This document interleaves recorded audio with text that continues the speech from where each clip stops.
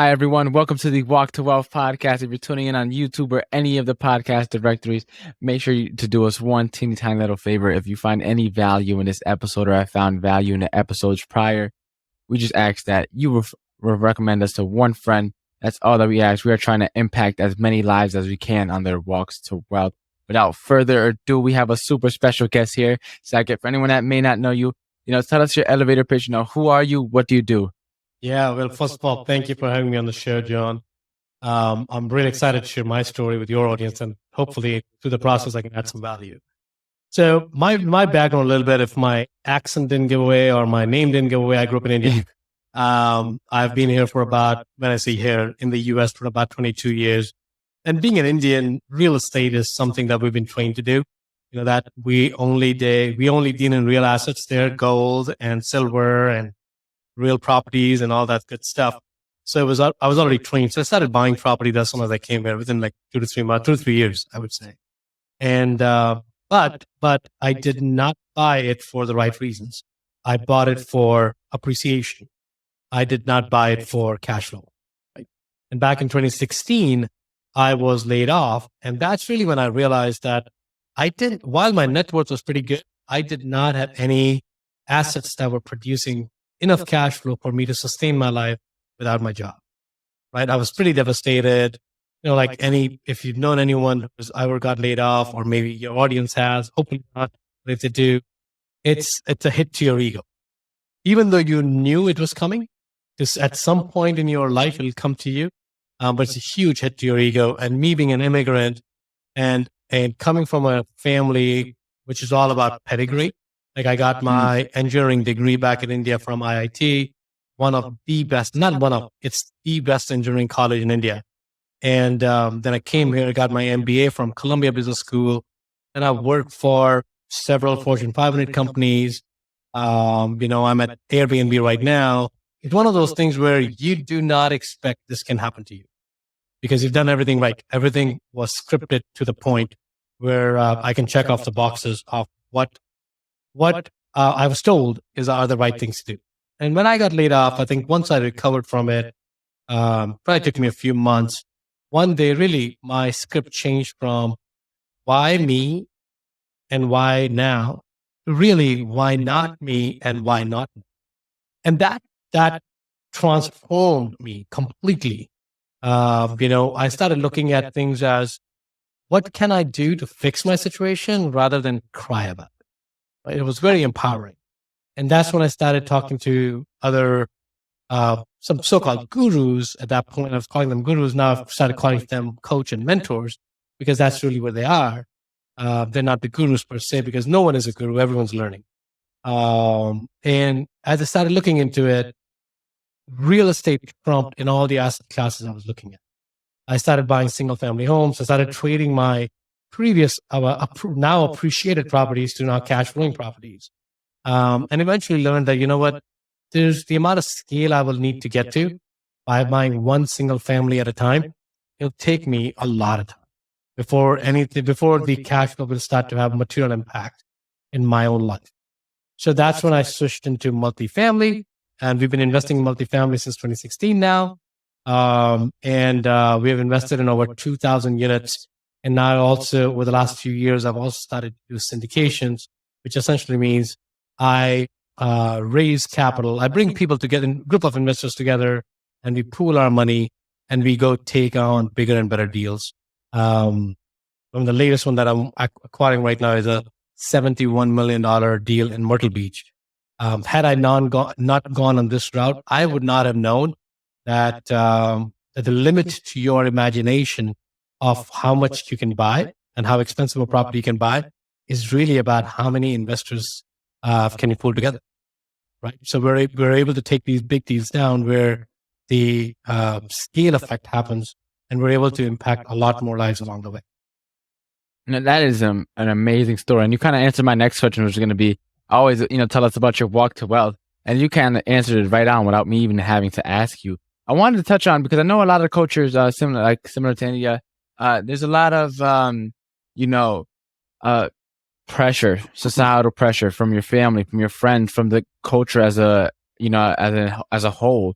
to be a certain way. You know, they always say, you know, a lot of people in the Eastern, you know, world that come here, it's like always doctors, you know, Yeah. doctors, engineers, the top of the top, right? They hold that very, very close and dear to like what they deem to see as Yep. success, right? And if you don't have your degree, if you don't have, you know, you're not a doctor, you're not an engineer, you're not a rocket scientist per se.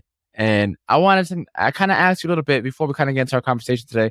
Um, how was that societal pressure? How were you able to kind of deal with that and end up living a life of not just accomplishment and success and, you know, prosperity, but a life of purpose? Because a lot of the times you end up chasing all these accolades and these accomplishments because your parents are just pushing you, pushing you, pushing you. Yeah. Until you one day, 20 years down the road, you realize I've been going down this, you know, this rabbit hole, and I never actually lived the life that I wanted to live myself because I was busy living out the life that my parents had dreamed for me. Sure.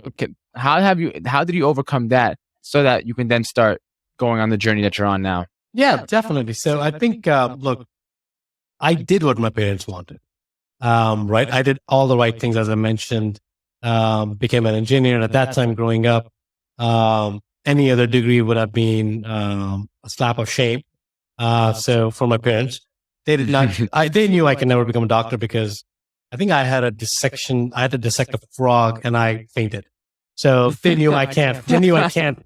It's not, you don't want to be with a patient and the doctor being fainted. So that path was closed. I'm like, okay, what's the next path? Let's make him an engineer. I'm like, you know what? That's fine. I love math and science. Let me just pick that path up. So we didn't know. I think I enjoyed that path, right? Because what I always feel is where I am right now. And the only reason I'm here is because of my education and because of my training as an engineer. Because I can take any complex problem and through my own engineering lens, I can break it down into very, very small pieces and then bring it up everything together again and make it a whole, right?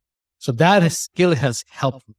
So I would never say that whatever I has done was a waste of my time. I think it actually gave me the ability, the cash to invest, right? Because if I didn't have the cash to invest, it would be very hard to claim that I was able to invest in 2000. That would be very hard claim to make. So I would say that path has helped. However, you were pulling on one thing is I was not fulfilled. And I had not asked that question intentionally, but it's not because I was trying to avoid it. It's because I just didn't even know I had to ask that question myself. I just kind of assumed that this is what life is. Life's a journey and you just kind of take what you get and you deal with it versus designing your own life through intentionally. So with that 2016, it was actually a good pause for me because I was able to now think about it. Is this what I really want to do? Until that, I never had to interview for jobs, right? The jobs were kind of presented to me and I was able to pick and choose. It was a very easy path till I got there. It's not, I studied hard, I worked hard. So all of the good stuff that we all do, but it's not like it was hard. This is the first time I actually get to think about whether I want to go that path or not. And if I want to go that path, what other things would I like to do with my life? And that was a good moment to pause and think and kind of reassess a few of the things. But I don't think the path has changed. However, what has changed is I still love problem solving, which was the core thesis of my existence even before that incident, because I was a consultant. We were always solving problems. So we're still solving problems. We're just now solving different problems. Right now, we're trying to create financial independence for others because I don't want anyone to get laid off and then figure out this path. My mission is to start telling people now of what's possible and fix the roof while the sun is shining, right? Rather than address the roof leak when there is a rain. That's really I've shifted things. But I'm still using the same exact skill set and same exact systems thinking of breaking down complex problems into small problems. So I think I'm glad I have that mindset and I'm glad that I have that training. Now I know how to better use it. Before I was just a cognitive. Yeah. So then let me ask you, because you were fortunate enough to be laid off and have that time to finally hit the brakes to see where you're at. It didn't right? seem like it at that time, but now it is. Yeah. Yeah.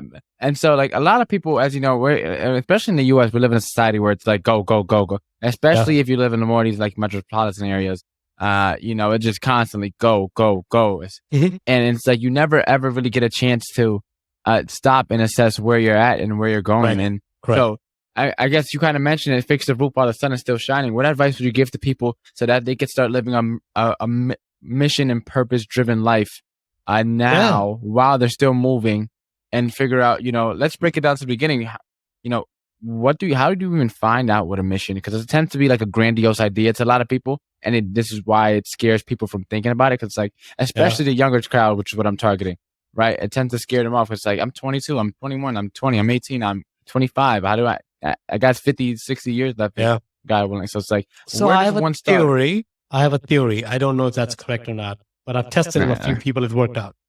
Okay. The reason why finding your purpose and finding a mission is daunting, it's because you're thinking that's the only purpose that I have and I can't change my purpose. Because what's going to happen is when you ask that question, what do I want to do? Who do I want to serve? Who do I want to be? What impact do I want to add in life? Your answer at any point, no matter how old you are, is going to be defined by the past memories that you have developed, past experiences that you have, past exposures that you have, right? And you can only make that decision based on those things. What you don't know is what the future will offer, right? So what's going to happen is you're going to pick the best purpose you can plan for at that time. Now, I'm not just saying pick a purpose, you wake up, I have to define a purpose in like 5 seconds. That's not the approach I'm saying. What I'm saying is you have to still dig deeper. You have to still ask questions, right? You have to introspect. And whatever purpose comes up being, it's okay to change that purpose. Nothing's wrong, right? No one's holding you. It's your purpose. If you don't think that's the right purpose in the future, you change it. You have the freedom and the permission to change it. I think a lot of folks don't think at purpose like they can eventually change it, because what happens is I'm talking to you, John, and I tell you my purpose is to impact people's life. And 3 months down the road or 5 years down the road, you're going to talk to me and say, hey, how are you doing that? You know what? I actually changed it because I didn't think that was really my purpose. I found that my purpose was X.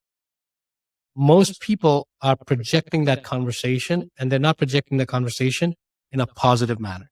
Right? They're thinking that, if I'm going to tell them my purpose has changed, people think I'm a lost soul. It's the story that we're telling in our mind, which is what's causing us to paralyze. So I would rather have somebody pick a purpose, whatever that is, hopefully is bigger than you, than picking the best purpose for your life. Because as life unfolds, if you're constantly asking yourself that question, your purpose will get unfolded. If you're lucky enough, it'll get unfolded when you're 14 or 18 or 20. If you're not that fortunate like me, it may show up when you're in your 40s, when you're 50s, when you're in 60s, right? So it just depends on when it's going to show up. That doesn't mean you stop asking the question.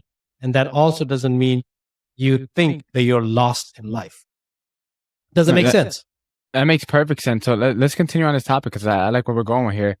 So in terms of finding your purpose, you said that it can change and it's something that's fluid, right? Mm-hmm. And so then let me ask you. Actually, let me just quickly pause you there because I just thought of something. Sorry. Okay, no worries. Yeah, go. So I think what I don't want people to take it out of context, because what we're not saying is once you define your purpose, the path to achieve that purpose is not going to be easy.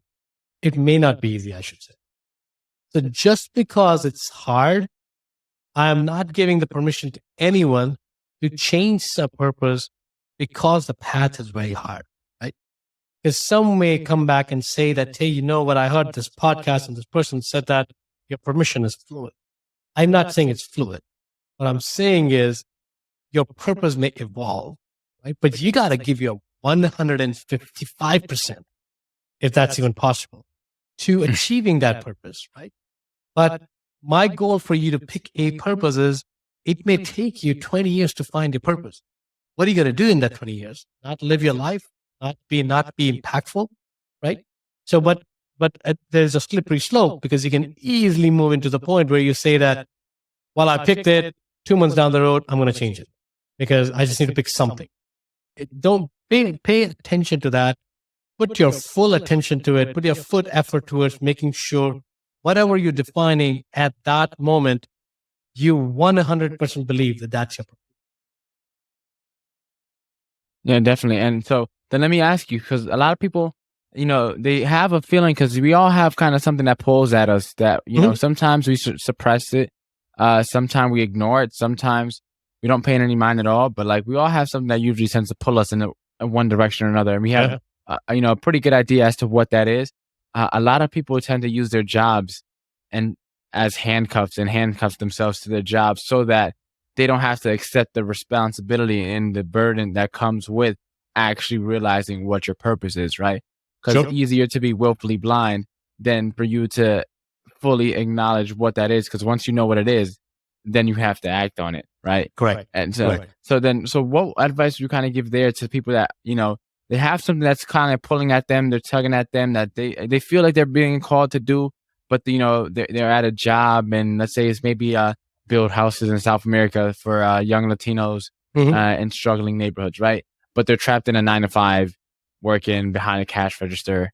Like, Yeah. what advice would you kind of give there to the people that, and it can be any job, but like that have a Yeah. calling, they know they have a calling, but they're trapped right now because of their current situation. Yeah. I think I really want to separate the two.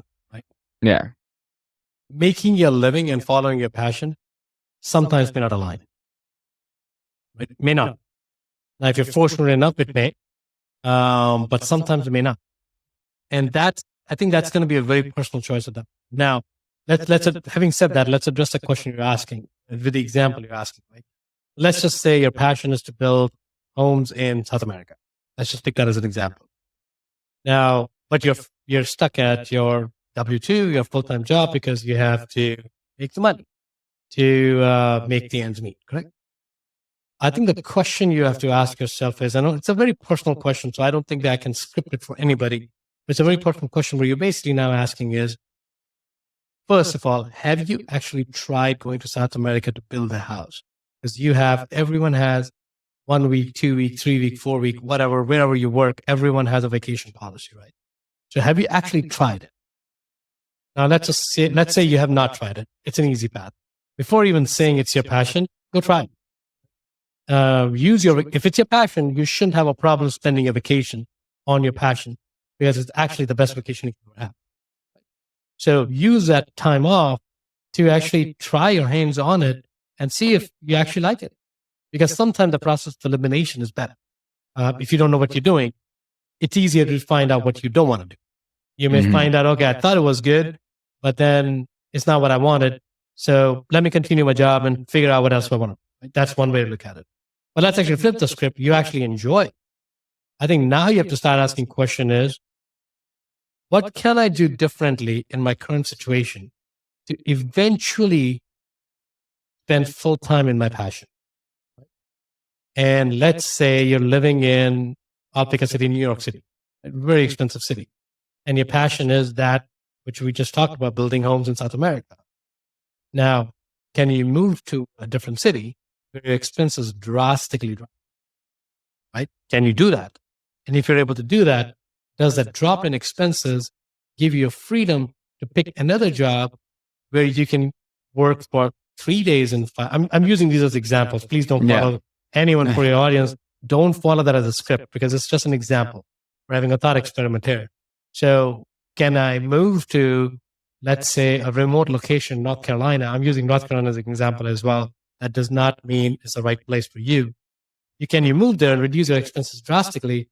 And can that reduction in expenses allow you time and money to go follow that passion a little harder than you would have done before? Right?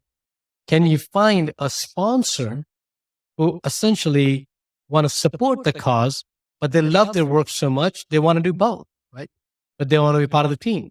Can you join a nonprofit? I think the biggest problem is we're using the job as an excuse to not find the passion. My challenge is, while staying in the job, figure out, is your passion the right passion? And if that is the passion you want to follow, your path's going to show up. Someone, you're going to interact with somebody, you're going to find somebody, you're going to want to make that happen. And once you tell your subconscious mind that this is what I want, your subconscious mind is going to help you figure out a path to get there. But if you're telling your subconscious mind, well, I want to build homes in South America, but I have a job, I can't do it. You're basically telling your subconscious mind, I already know the answer. Don't even work for finding the answer for me. Right? The subconscious mind is very powerful, and what you tell yourself becomes your reality. Right? If you're telling yourself is, I can't do this because of that, you're never going to do that. But if you're telling yourself a story, I am doing that despite of everything else, you're going to figure out a way. Now, that path that's going to show up may not be the path that you actually thought about. That it may completely show up in a very random place, in a very random area. I mean, you may meet your future spouse who has the same passion, but they may have a little bit more savings than you, and you could partner together and follow the same passion. There's so many possibilities and permutation combination that can happen. We can't really answer those questions here because we don't even know what they are. But the goal is going to be figure out what ticks you and then find out a way, or keep an eye on how to follow that passion, and just wait for the universe to show it to you. No, I love that advice. You're kind of saying, use your 2-week trial, same way you do for like Amazon Prime or Exactly. Hulu or Netflix, whatever. Use that 2-week trial to try out this passion to see if it's really something that you would, devote a good chapter of your life to pursuing. And if it's not, you just keep on using process of elimination, which is what I did in my life. And you know what just to add on to that is, you may realize you don't have to go to South America to follow that passion. You may figure out, oh, actually the community next door to me needs a lot of help. Let me go help them, right? So you may figure out a different path, which you thought was initially, because you may not like traveling to South America. You may not like the culture. Who knows, right? There's so many things that make it different, but you may still want to build homes for communities that don't have the means to do that by themselves, right? So can you do that here? The U.S., can you do in your next door neighbor? But can you go travel 2 hours south of you, north of you, east, west, wherever, and do the same accomplish the same exact thing? One of the things that we haven't talked about it is, you hate your job so much, you're trying to find a way out, but you're stuck in it, that you're not willing to look away from it. That is a problem that we want to avoid, because it becomes that Stockholm syndrome. That you feel stuck, but you're so emotionally attached to it that you don't want to move out.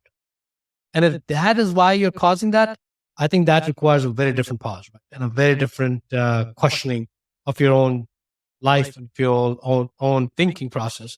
Because at that point, no matter what you do, you're not going to leave the job. So now you're just basically torturing yourself full time, because you're like, oh, I want to do this, but I can't do this. Oh, I want to do this, but I can't do that. Because even the 2 weeks trial period is not going to help you with that. Yeah.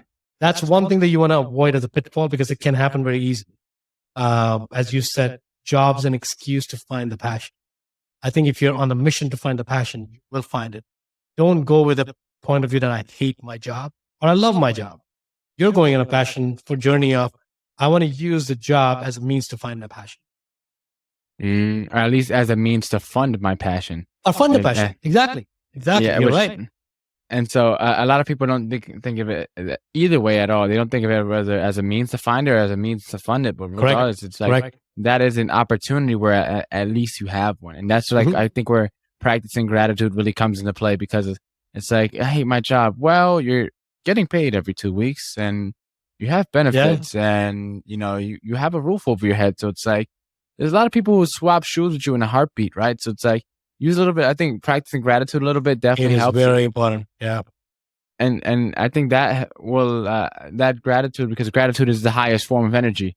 And so, and once you're, as you're saying, it all resonates back to what you were saying, as how when you're resonating at that higher vibration, that higher energy, or there's the universe or God or wherever you believe in, it'll conspire in your favor, and things will start to align. And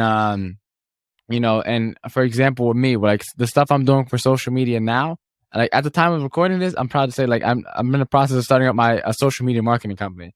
Congratulations, man. Thank you. And like just like in January, and I told this story on the podcast, but I taught my first social media class, right?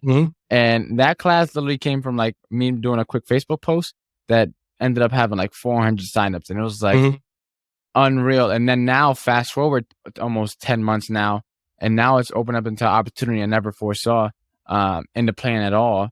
And I'm just kind of running with it because it's, I'm in the process where, I'm on go. I know kind of getting clarity as to who I want to help and what I want to do. Yeah. And the opportunities are starting to come in ways that I never expected. So, it's all kind of what we were saying throughout this conversation so far. And I can imagine, man, I can almost bet it that you didn't know when you started doing podcasts that you're going to end up in the social media marketing. You had no idea. Not at all. Yeah. So I think some of these things you cannot script. But if you didn't take that action of starting the podcast, you would not have been on a path of doing social marketing as an offer. I think that's where it's you taking the action, but for the right reason. You didn't take the action to launch podcasts to basically monetize it. You wanted to add value. Yeah. Along the way, if you make a few bucks, that's okay. But the goal was not to make money. The goal was to add value. And throughout that process, as you were adding value, who knows, man? Maybe a conversation with a guest, or you trying to figure out how to promote your own podcast. You found social media marketing. Yeah. And it opened a completely new path opened up. Go ahead. I was going to say, so kind of, we've been talking a lot about purpose and pursuing your passion and using your job. I think one thing that where a lot of people tend to mess up is that, even when they do tend to find that purpose, a lot of people, there's a mindset of scarcity and mindset of abundance, right? And there's also a mindset of poverty and a mindset of wealth, right? And so, they start getting a feeling as for what their purpose is and start pursuing it, but then they still end up finding themselves stuck in a hole because like now they're pursuing their passion or pursuing their purpose, but they're flat broke, even more broke now than they were while they were at the job, because not only did they have to rewire their mindset around, opportunity and what their purpose was, they forgot to rewire their mindset about how to handle money and grow that money. So how do they kind of start rewiring that mindset so you can also pursue your purpose, but then have the means to be able to pursue that purpose without having to worry about when the next bill comes, not having to worry about when the next check is coming or if the bills are going to be paid on time this month, right? So how does one start shifting their mindset around money so that they can then use that to then grow and then fund the purpose that we're already starting to now figure out and get more clarity on? Yeah, I think it's a very interesting question, John, because I think the way I would have approached it, and that is kind of thinking about is, and we're still doing it. Like we just moved from DC to North Carolina, and that's not a move we took it lightly, because one of the biggest reasons for us to move there was how can we get control of our expenses so we can live the life that we want to live. And same exact stuff I'll tell your listeners, as in, if you're in a situation where the purpose is pulling you so hard, but you're not sure about how to make your expenses meet, I think what you have to figure out is, can you reduce expenses? Right? Like I was talking, and I'm not saying this is possible for everyone. A friend of mine I was talking to this morning, and they're moving to Portugal from DC. And in Portugal, a $60,000 salary is a lot of money. Yeah. You can survive very well in Portugal. I don't know I'm going to take it with a grain of salt because I don't know the data. I've not researched it. I've not analyzed it. But let's assume that's true for a second. Making $50,000, $60,000 in the US is relatively easy. In Portugal, you get paid $50,000, $60,000 if you're a highly skilled labor. So if you now let's just say that those two statements are true. Now, I'm not saying 50, 60 is easy for everyone, but I would say majority of folks, if you're in the US and if you have the right mindset and if you have the right wherewithal, you will be able to find something to get you to 50, 60,000, around that number. It's not impossible, but that doesn't mean it's easy. But let's just say that your possibility to make $60,000 in the US. Now, the question you're asking is that if the passion is pulling you forward, can you move to Portugal and still make $60,000 in the US? Can you? You have a much better lifestyle in Portugal. Right? You have much better lifestyle in Portugal. Your cost of living is much low. Your dollar goes a lot further in Portugal than here, at least for now. So when you start thinking about it, you have not shifted anything in your life. What you've done is you have removed the box that you've built around us. I can only be in New York. I'm using New York as an example. I can only be here. And within that box, I want everything to work so that I can support my passion. Sometimes that may not be true. Sometimes you have to expand your box or go to a completely new box, right? For that to happen. Now, if you are, let's just say hypothetically, you were making $60,000. Now, living in New York City, $60,000 doesn't buy you much, right? You can barely afford an apartment in that price, let alone have a lifestyle. And if you're trying to follow your passion at 60,000 salary and living in New York City and also want to enjoy your life the way you have planned to, then you're basically just fooling yourself, right? Because that means the passion is not the most important thing for you. Your lifestyle is most important to you. You want to pick a convenient path of saying, I want this, and oh, by the way, I want to support my passion. You're not saying, I want to support my passion at whatever cost I have to pay, but I still want to maintain a good lifestyle, right? Now you're trying to figure out is what's the price do I need to pay to make that passion happen?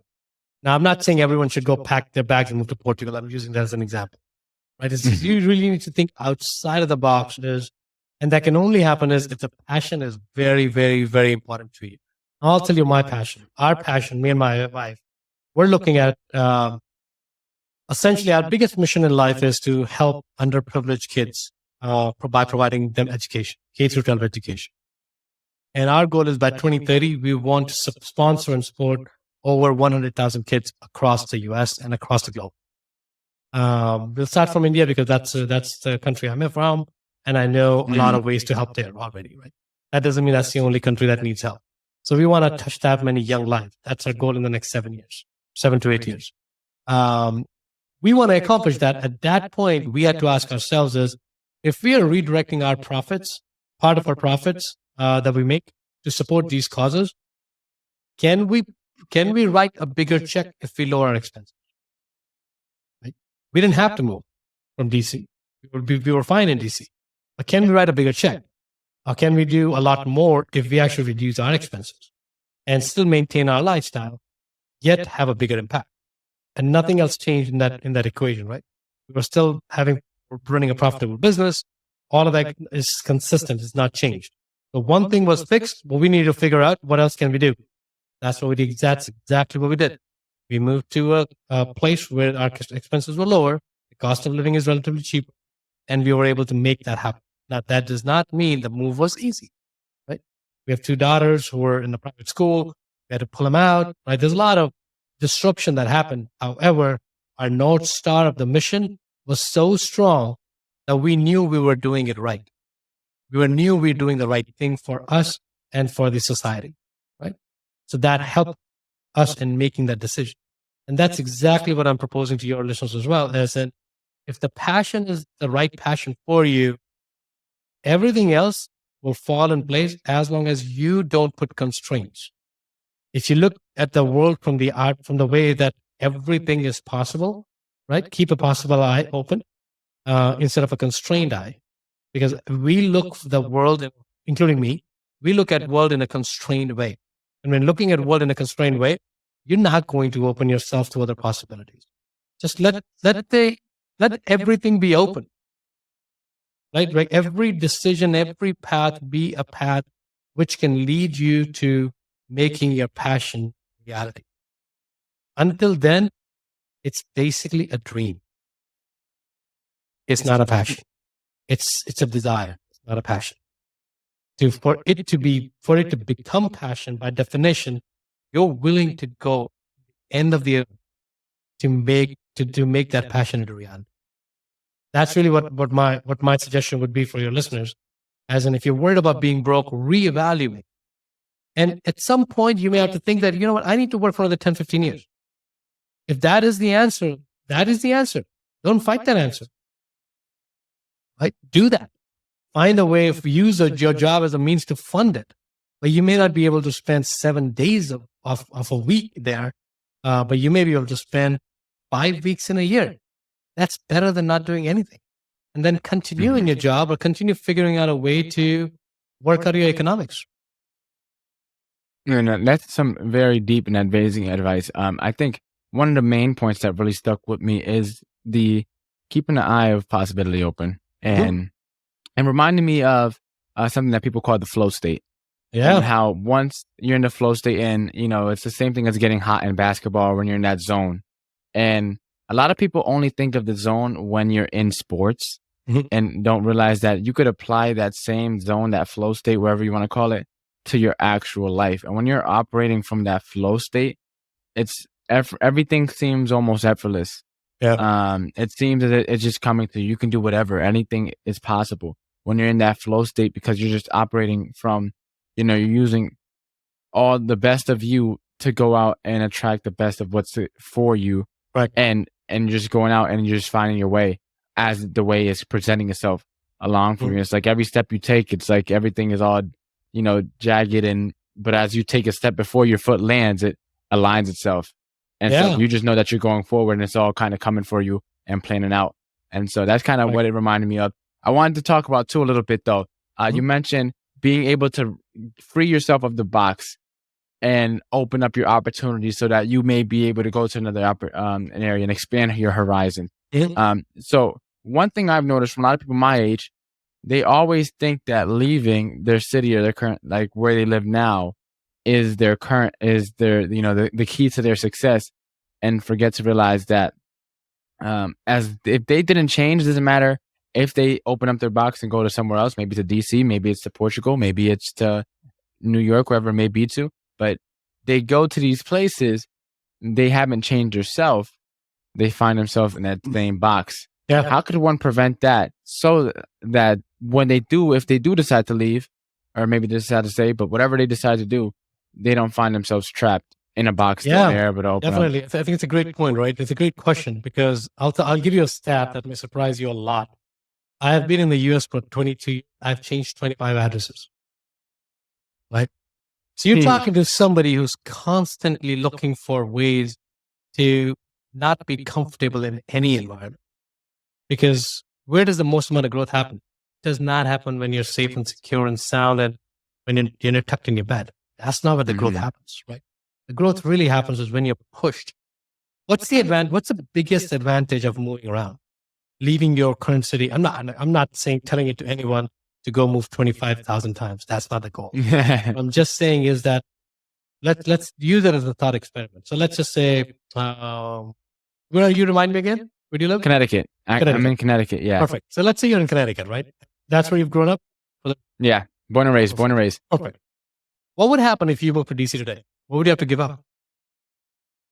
I have to give up a lot, my convenience in terms of where I'm at right now, and like just being aware of how to get to different places. Yeah. I'd have to start completely over in real estate.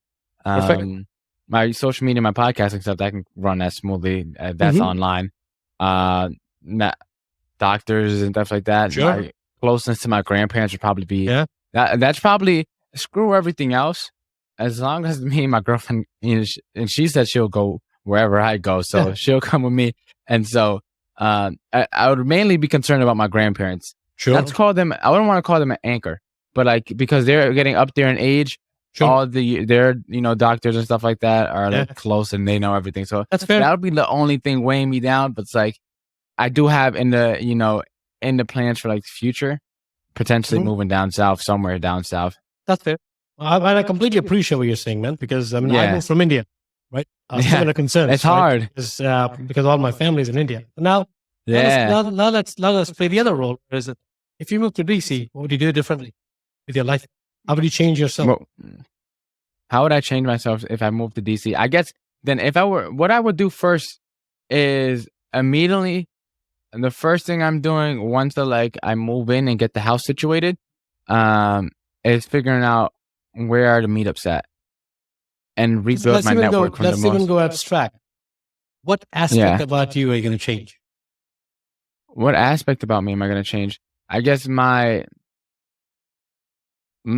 willingness to stretch my. I feel like I'm a very social person, an Mhm. extroverted person, Mhm. but I feel like I would have to take that to a whole nother notch Sure. in order to become someone that's I feel like network is one of the most powerful things you could do. Yeah. So I guess I would improve my ability to engage in conversation with a group of people that already are conversating. I feel like that's my Sure. one weakness in networking is if there's already a group of people talking, it's hard for me to break into the group.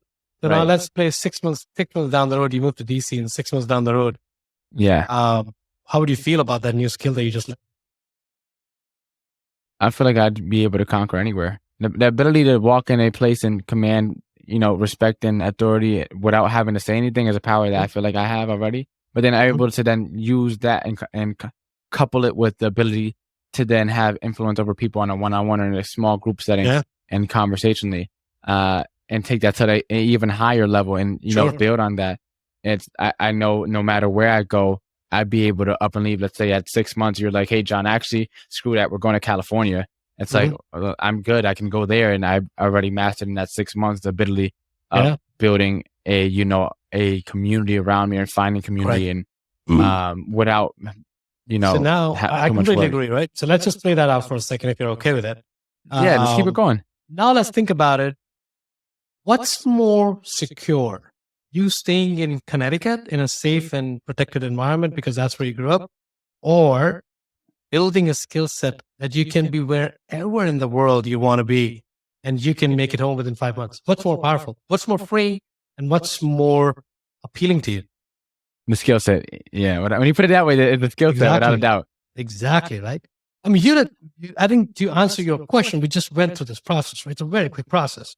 Of course, we can go deeper into the same thing, but if you look at process that we just went through, we tell a story to our mind because our mind is designed to keep our body safe, right? Mhm. And anytime you're changing the circumstances or external is impacting you, your mind goes into the protection gear. Like, what you're doing, John, is wrong. Now, we can't leave this place because we have 2 doctors, and Connecticut is not the only place where you have doctors. Yeah, it'd be a little bit more effort to find a doctor. But, oh, no, we can't leave them because they're the best doctors ever, right? Or I have my friends there, or my girlfriend's there, or my family's there. These are all the part of your brain which basically telling you, I want to stay safe. Because I don't know what's on the other side. I have no idea. For your brain, they don't know that, right? But when you actually move out, at that point, that chatter stops. When you made the decision to move out, your chatter completely stops. Now you're trying to figure out is, okay, let me figure out, one question that you may want to ask in that point is, what aspects of me do I not like? Everyone has few aspects, right? When you move to a new city, your best chances, nobody knows you. You can be whoever the hell you want to be. You're starting from a complete blank slate, right? Now you have no reason. I am the way I am because people think that's how I am. You're basically saying, I don't care who I was. I'm going to completely change. I'm going to change my hairstyle. I'm going to put some earrings. I'm going to dress differently. Nobody knows you are. Now you have the ability to redefine who you are, not just exterior, but also the inside, right? In how you think, how you act, who you talk to, your network, if you didn't like your friends before, you have the ability now to change your friend circle completely because nobody knows you, right? If you don't talk to 10 people, they don't care because they don't talk to you anyways. The possibility of putting yourself in a situation that is different than your current reality actually is the most freeing thing that you can do for yourself. But us as human beings, we're trained, unfortunately, through society, that stability is security. I don't think stability is security. I personally don't agree with that. I really think that your growth is the only security you have. If you are growing, even if you're in Connecticut And if you're constantly putting yourself in a situation which is making you grow, and that can only happen if you're going out of your comfort zone. If you're staying in your comfort zone, you're not growing. Impossible. I can bet my paycheck on that. You're not growing in a comfort zone. You're growing. All growth happens at the margin, right? The tree doesn't grow on the edges. It basically grows where you trim it. Yeah. So wherever you trim and prune, that's where the new leaves are going to offshoot. That's exactly what we need to do ourselves. Is we need to try and constantly put ourselves in a position where we are growing. And if that's not happening, we're not living our life. I don't know if I answered your question or not, man. We went through a lot of different paths, but hopefully they gave you some context. That's an amazing, way to wrap it all around. And I'm going to share with you a story I haven't shared on the podcast before. So like back in high school, I had this nickname that a lot of my friends, my personal, people know me by. It's called Trill Johnny. That was my nickname. That was like Trill my Snapchat. Johnny, I love that name. Yeah, it was like my Snapchat handle. And it came from one of my friends named Manny and Ant. We're at the Boys and Girls Club where I live because I went there growing up. And we were in the gym one day, and there's this rapper that made a hot single called Uber Everywhere. His name was Trill Sammy. Now, I didn't look like him, but I had a curly fro. And just because I had a curly fro, it was like, I don't know why he said it, but one day he was like, I remember I was sitting down on a bench. He was like, John, you look like Trill Sammy. And then my other friend was like, nah, that's Trill Johnny. And then it stuck, right? Long story short, right? That Trill Johnny, though, growing up, I always felt kind of isolated at home. I feel like my grandparents always favored my sister, right? And I thought I was the golden child. I had the good grades and whatever. I was in sports. I was in church and everything. I did everything right. Similar to kind of your story a little bit well, in your case, your parents, in my case, my grandparents. And then my sister she's like more like the rebel. She was like getting in trouble in school and things like that. And like, because she was a little girl, she was always favored, right? And so like growing up though, that it really played with my head a little bit because I didn't understand why. Right. And so growing up, I was forced to kind of like, okay, well, it's like, if that's not fair, well, then I only need myself. And I created this ego that I attached to Trill Johnny. As Trill Johnny, the guy that doesn't care. Trill Johnny, I don't care. I'll cut you off. I don't need anyone in my life. I'm good on my own. Sure. And that was kind of like a defense mechanism that I kind of created so that I didn't have to get hurt anymore. Sure. And I went with that throughout high school. And it wasn't until my junior year where one of my best friends introduced me to attachment styles and psychology. And then I started realizing that a lot of the things that happened in my childhood affected how mentally I view my connections with people. And I was the type of person, I never put too much skin in the game because I never wanted to get hurt. The less skin in the game you have, the less you're never affected by it. You're never phased. And so, but the worst thing about it is that although you don't get hurt, you don't ever get to truly experience anything because you're never all in, right? You're never all there. And so when I had the opportunity to go to college for the 2 years that I did, I was going away. I wasn't going away. I was in Yukon Stores, which is like one of the state schools here in Connecticut, but it was 2 hours away. So far enough where it's like, anyone from my personal life back at home, I would not be there. Yep. Exactly. And so when I went to college, I was like, this is the perfect opportunity to drop that negativity, drop those bad habits that I grew up that came out of, poor little John trying to, fend for himself and create someone that is more, I was always confident, but it's like, as I said, I was always those like things from growing up. It's like, and I was able to, when I go to college, drop that off and redefine myself. I kept some parts with me, but the majority of it, I just left behind because I didn't want to be associated with that negativity anymore. I wanted to experience, and be present and fully engaged and fully all in, certain whatever I was doing, and not just be like someone that's like, okay, I'm here, but it's like I only put a little bit in the game because I'm so worried about whether or not I'm gonna have to drop this person or cut them off or whatever it may be. And long story short, I redefined myself, and that redefinition, that moving away, allowed me to grow emotionally and mentally further than I've ever had in my entire life. And so that's John, kind of my story. Thank you for sharing that story, man, because this is very powerful what you just shared, right? And I appreciate you coming out with that story because, I think the biggest challenge people have is, unfortunately, everyone's judging us. Right? Everyone. Yeah. And we all have defense. We all have walls, consciously or subconsciously. I think in your experience there, you moving away and actually self-reflecting that you actually had, first of all, thinking and being aware that you had a wall. That's a very important kudos to you, because most people live their life having the walls without thinking they have a wall, right? So that's an amazing thing. But then you actually took it one step further, where you're basically saying is, let's play with it. Can I just drop the wall completely? And then see that you're basically experimenting, because you could always build that wall up whenever you wanted. That was an easy part.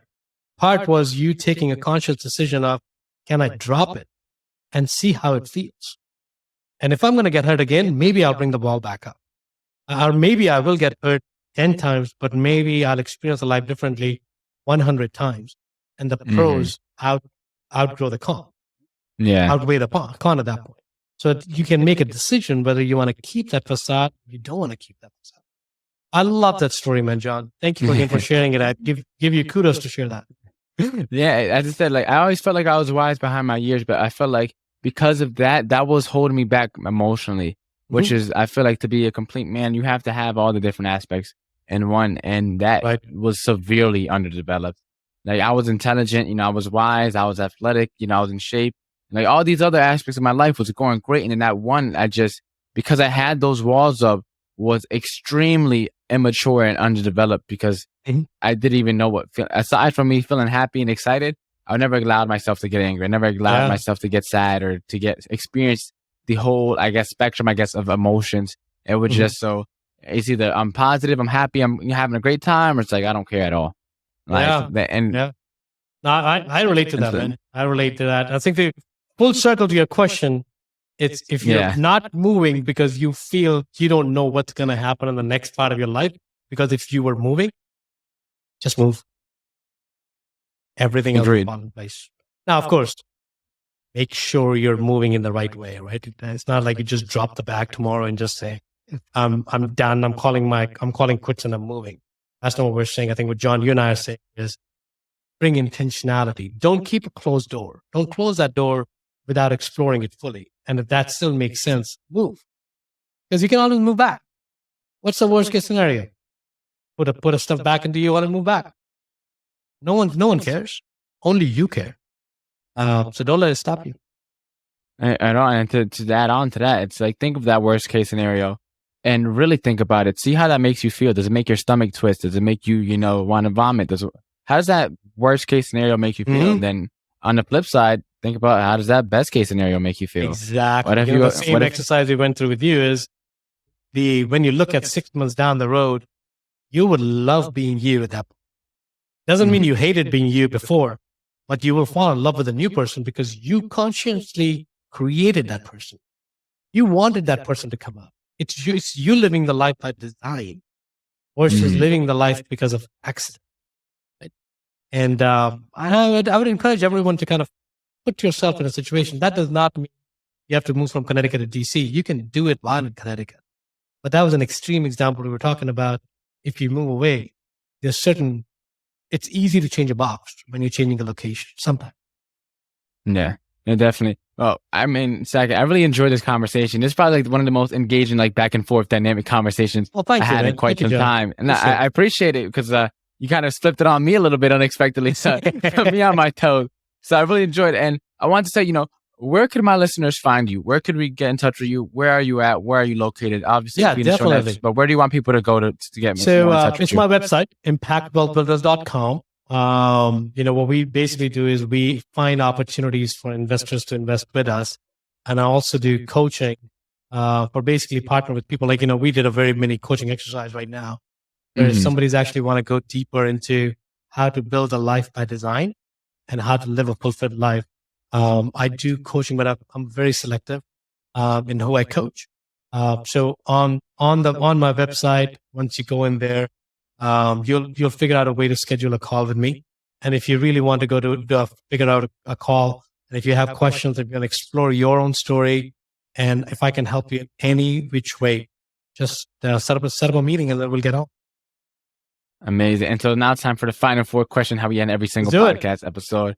Question number 1, what is the most impactful lesson you learned in life? Life's too short. Do what you want to do now, because you may not have the time to do it when you're ready to do it. What is the most admirable trait a person can have? Perseverance. Don't give up. Don't give up improving yourself. If you had to change someone's life with one book, which book would you recommend? Mindset by Carol Dowell. It's the best book. If you've not read it, read it. It's going to give you the words to describe things. That's an important. I'm sure everyone has heard about fixed mindset and growth mindset. Mhm. That's the book that comes from.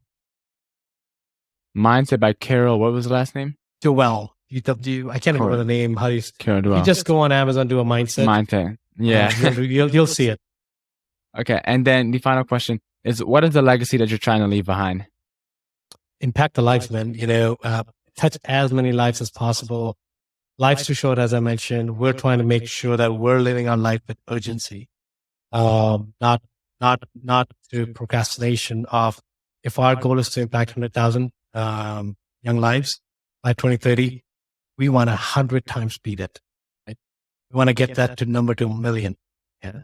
Our life, really, the legacy is going to be our life. Our legacy is going to be not the money, not the stories. It's really going to be how many lives have we impacted. Amazing. I really enjoyed our conversation today. As I said, I couldn't be much more happy than how our conversation ended up coming out today. And so I appreciate you taking some time to hop on the show and just engage in this dialogue with me. Same here, John. I really enjoyed the conversation. And keep going, man. Don't give up. But, yeah.